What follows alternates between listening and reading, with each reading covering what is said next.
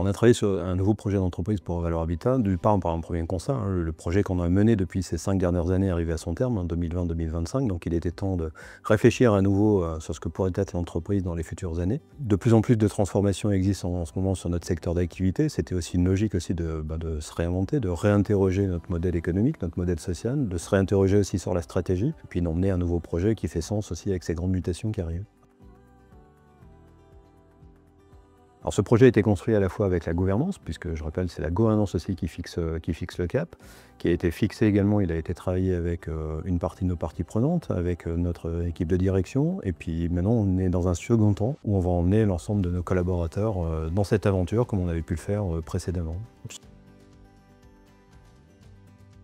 Ce nouveau projet, peut-être aussi 2 mots par rapport à ça, ça se veut aussi une passerelle entre ce qu'on a construit sur le chemin qu'on a pu parcourir ces dernières années, et le chemin qu'on va parcourir d'ici la fin de cette décennie. Je rappelle, on est en 2025, il nous reste encore 5 ans, ça passe très vite, donc il était important aussi pour tracer la voie pour les 5 prochaines années. C'est un projet aussi, je trouve qu'il a une forme, une dimension humaine, beaucoup plus accrue peut-être, et dans un volet aussi un peu plus sociétal. Donc les grandes tendances vont aller plutôt sur une société à mission. Je pense qu'on a la maturité nécessaire pour pouvoir y arriver, d'emmener un nouveau souffle aussi pour l'entreprise, d'emmener un spectre beaucoup plus large aussi tel qu'on a pu le faire ces précédentes années. Et puis il y a une dimension aussi peut-être sur le vivant, qu'on avait peut-être un peu moins auparavant, donc là on s'engage beaucoup plus sur les notions de biodiversité, on a des transitions écologiques qui sont de plus en plus fortes, donc je pense que c'était aussi un moyen pour nous de réancrer nos ambitions sur ce sujet-là, et puis encore une fois de permettre à l'entreprise de continuer à se développer et puis d'avancer. Puis il y a aussi, je trouve moi de plus en plus, il y a notre finalité, sincèrement, c'est de faire quand même cohabiter en permanence réalité économique, réalité sociale,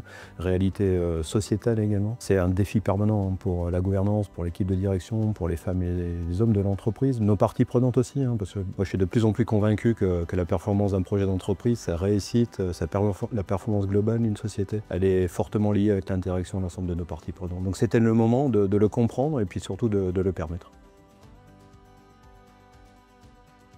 Moi je trouve que c'est un fabuleux contre-pied par rapport à ce qu'on peut entendre sur la notion de leader. Je trouve que c'est un terme qui est assez galvaudé en ce moment. Tout le monde se dit leader de quelque chose. Je pense qu'on est en train de perdre le sens par rapport à ça.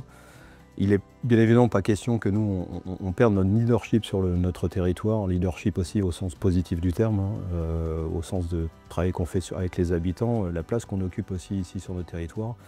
Mais comme on l'a fait ces 5 dernières années, c'est aussi peut-être de montrer une voie différente, un regard aussi différent, et d'emmener l'entreprise aussi sur un chemin qui peut être différent. Donc pionnier, je pense que ça va nous permettre à la fois de nous permettre de continuer à construire des avantages concurrentiels, de nous démarquer par rapport à notre secteur d'activité, et puis d'oser, et puis d'affirmer, et de le montrer aussi à l'ensemble des gens qui sont dans notre modèle d'affaires, qu'on peut être pionnier en prenant des risques, en réussissant bien sûr. L'échec fait partie intégrante aussi de cette réflexion. Donc c'est une nouvelle culture dans l'entreprise, de pouvoir se dire être pionnier, c'est aussi accepter qu'on peut ne pas réussir. Et je pense que c'est aussi les fondamentaux d'une boîte qui réussit, c'est-à-dire elle prend appui sur ses échecs pour préparer l'avenir et fonder les réussites. Donc c'est un acte fort pour l'entreprise en termes de messages qu'on veut passer. Néanmoins, ça va nous obliger, donc c'est-à-dire pionnier, il va falloir le démontrer, et ça, il va falloir qu'on construise aussi cette aventure, et une partie de cette aventure sera construite avec les femmes et les hommes de la société. Quand on fait des transformations comme ça, là, de stratégie de société qui emmènent quand même un certain nombre d'obligations, il faut savoir d'abord d'où on part, de conforter également ses positions pour pouvoir se projeter. Donc nos fondamentaux, ils sont multiples dans l'entreprise, je vais juste en rappeler quelques-uns. D'abord, ce qui fait notre différence, c'est la proximité à la fois avec nos clients, avec les élus, avec aussi notre gouvernance. On a une gouvernance qui est forte, à la fois un actionnaire qui est ambitieux, qui nous challenge beaucoup, et je pense que ça va dans le bon sens. On a une gouvernance aussi locale qui est très forte dans sa capacité à pouvoir réfléchir sur l'entreprise, ça fait partie des éléments forts de la société. On a des hommes et des femmes qui sont impliqués dans leur métier, qui sont passionnés dans ce qu'ils font au quotidien, qui sont extrêmement bien formés. On a aussi la confiance de nos clients, on a la confiance de nos parties prenantes, des entreprises avec qui on travaille. Voilà, c'est partie des fondamentaux qui sont assez forts dans l'entreprise.